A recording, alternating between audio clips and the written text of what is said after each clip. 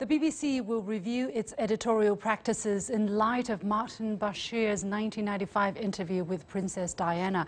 A recent inquiry found that Bashir acted in a deceitful way to secure the interview. The BBC has apologized for falling short of high standards of integrity and transparency over the matter, with its own internal probe in 1996 proving woefully ineffective. Bashir apologized for mocking up documents but said he remained immensely proud of the interview. Some have condemned the BBC, while others argue that such backlash is hypocritical. What can the media industry learn from this incident? I'm pleased to be joined via Zoom by Barry Weiss in Guilin in southwestern China.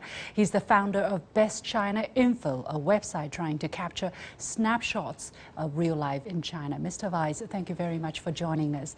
First, I'd like to say that we're not here to try to smear the BBC or to make it look even worse when things like this happen. We're here to find out exactly what happened so we in the media industry can really all learn a lesson. Nobody's perfect, and yet there is a lot to be learned. I mean, the investigation came after Earl Spencer, Diana's brother, made fresh allegations late last year that he was shown false bank statements which encouraged his sister to take part in Bashir's interview. That's 25 years after the interview was conducted. Yes. Why did it take so long for time. truth to come out? Yeah. Because there is a fear culture in the BBC which tells people to keep quiet, and it takes so long because things get covered up. And there's this term, there's a misunderstanding about these bank statements. These bank statements were not so much to encourage Princess Diana to do the interview, excuse me, they were used in a nefarious way to actually scare Princess Diana into doing the interview. These bank statements were trying to show, they were faked, they were forged, and they were trying to show, they were giving the implication that people were spying on Diana from outside and from within her own household. So they were using fear as a weapon to convince her to do the interview. A couple of things to unfold there. I'll get to them one after another. But first, Prince William, the Duke of Cambridge, one of Diana's sons, said that what saddens me the most is that if the BBC had properly investigated the complaints and concerns first raised in 1995, my mother would have known that she had been deceived. Why did the BBC found no problem in its initial internal investigation back in 1996? Why? Well, that's only for the BBC to answer. My guess is that this is not the first time this has happened. This happened several times, and I can give you various instances of when this happens, when the BBC are supposed to be investigating themselves internally, and they don't, and things get covered up, things get brushed under the carpet. So it's not the first time. In 2016, there was a report done onto allegations. No, it was actual crimes. Paedophilia, sex crimes against a very well-known presenter of the BBC, Jimmy Savile. And there was an investigation some years later, and this investigation promised, after this investigation, that the BBC would look into things properly, would regulate itself properly. So this is back in 2016, from things that happened 20 years before. And still, we have this now in 2021, where the BBC again are accused of not putting their own house in order. So it's a repeat offence. Do we know the whole story, all the details at this moment? I mean, the BBC has just announced that they are going to investigate why Bashir was rehired in 2016 as a religion reporter. He left the BBC in 1999, 4 years after the interview with Diana, and he joined the ITV. And, you know, there is a 17 years in between. What could have happened that the BBC rehired someone who clearly had, people had clear complaints about him, although after an internal investigation there were no clear wrongdoing? It's jobs for the boys. It's the old school tie. Excuse me, if you know what I mean. I'll give you an example, and I've already mentioned this culture of fear that in the BBC, where people don't speak out. You are instructed in no uncertain terms not to speak out and not to blow whistles. The person that they paid to create these faked bank statements was already employed by the BBC, a graphic designer.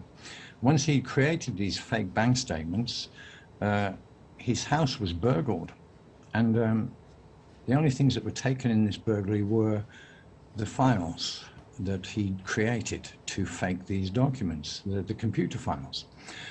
And then after this graphic designer was sacked by the BBC, and he's never been re-employed, but Bashir got a job back. So you worked that one out. But it's, you know, after the Dyson investigation, actually Lord Dyson was unable to pinpoint anyone who actively cover up. He said he was satisfied there was a cover-up, but he was not able to put a finger as to who exactly among the senior management. But what you were saying was actually something much more serious. Literally, there was some kind of active, you know, order or something being carried out to prevent the truth from getting out. For instance, if the home was burglared, you know, was broken into, and only the concerned documents were taken out, clearly there was an order and there was an action on the part of some people to cover this up. But could you substantiate your statement, because that's quite a serious one? It's a fairly widely read already news report. I can send you the link to that later. You can check it out yourselves. But this is in the report, that this is a fact. This guy was employed by the BBC, by Bashir and his team, and therefore we must assume his producers. It's not just Bashir here, you know, in the same way that Kathy Long is also a producer. And it's a bunch of people. It's not just one person. And it's in the report that this guy was employed to create fake bank statements, and that his house was burgled, and that he was then sacked by the BBC. This is in the report. So this is not an allegation of any kind. This is fact. Princess Diana's interview was aired on BBC One on November the 20th, 1995, and watched by over 20 million people and countless more over the years. Well, some comments have been this way, that she had wanted to do the interview to complain and explain about her unhappy marriage. Also, there seemed to have been a letter which was published later saying that she had no regrets about doing the interview. Do you think that people might have, you know, exaggerated the effect of the interview on her life, on her fate later on? Well, her own son has said this had a great effect on her mental state, you know. Her own son has said this. Her own sons have said how much this affected her. Her publicity, her biographer was a guy named Morton, and he stated quite clearly very recently she was ready to talk. She wanted to talk. She needed to talk. There were things that she needed to get off her chest. But there's a difference, and there was a queue of news agencies and high-level presenters who wanted to do this interview. But the fact is the BBC and Bashir got in there first by scaring Princess Diana and scaring her brother by saying, we have these statements, look, there are people spying on you in your own house. So she was frightened into doing this. She was ready to speak anyway, and she needed to speak. How do you look at the other piece of evidence that was presented by Bashir and used to probably support his claim that he is, you know, immensely proud up till today of the interview? Basically, it was supposed to be a note by Diana where she said that the reporter Bashir did not show her any document that she wasn't previously aware of or hasn't seen. So based on that fact, Bashir basically said, you know, the interview did not have a direct link, basically, to what happened later in her life. How do you look at that? Yeah, well, they're very fond of passing this note around and saying that it was by her hand. And all I will say on that is that a handwritten note, just as with a bank statement, can be faked. That's my opinion. I'm not saying that's what happened, but I'm saying if you can fake a bank statement, you can fake a note. And if they did one, would they do the other? Quite possibly. Quite possibly. Princess Diana's sons blamed the BBC and the interview for eventually killing their mother. Bashir, as I said, denied that, saying he was saying that Diana was happy about the interview.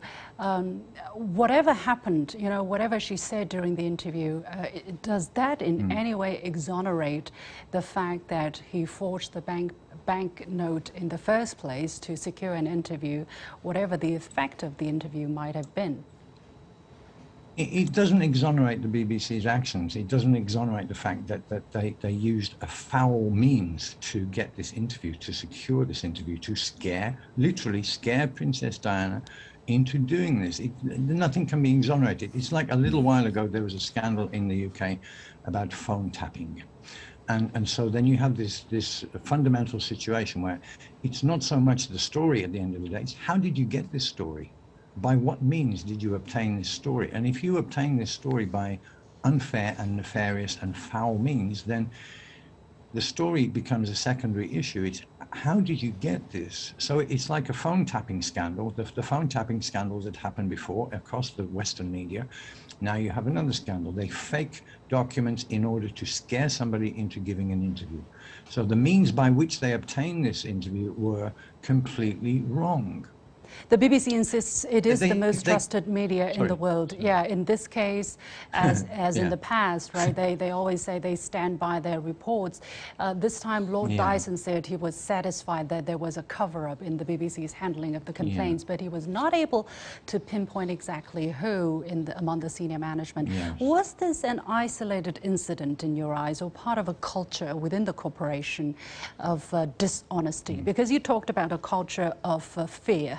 But, you know, in terms of culture of cover-up, of being dishonest, do you think there is such a culture? Of course there is. The BBC, in the words of one of their own Director Generals, exist in the shadow of the state.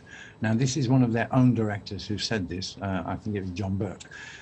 The BBC exists in the shadow of the state, and they always have. So to imagine that the BBC are impartial is a fallacy. It's wrong. For example, the last general election in the UK, Jeremy Corbyn, a socialist who cared about people, was completely castigated by the BBC. And the BBC have been accused of terrible things by favoring one side over the other. They are not impartial. Their own director at the time, which is a guy named Hall, Baron Hall, who has just resigned his post at the National Gallery over this new scandal, had told the media that they should seek to ban and silence any voices on social media that spoke against the BBC. I have this as a fact. Is it a factual document? He said this. We must find these people and silence them for criticizing the BBC. Finally, now, this is the guy who's just resigned. Yeah. Finally, the UK Culture Secretary has just said that the BBC culture must change. Mr. Dowden accused the BBC of a "we know best" attitude. He said the BBC can occasionally succumb to such attitude, but there have been other criticism of the BBC for having a superiority complex and being detached from criticism. How deep does this problem go? Well, as I say, there have been so many scandals. There is a list as long as your arm of BBC scandals that get covered up and brushed under the carpet. And then what happens is, what happened to Bashir, somebody resigns, somebody leaves their post, and then they sneak in the back door a few years later. And it's the revolving door, you know, this is what they do. So things get forgotten. The public has a short memory, but then these people are re-employed and the whole party goes on.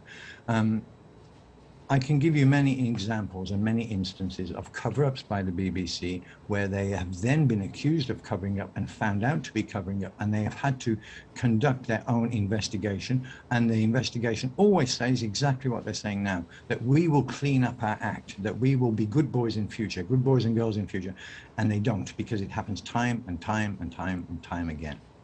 Many thanks to Mr. Barry Weiss joining us from Guilin, founder of the website Best China Info.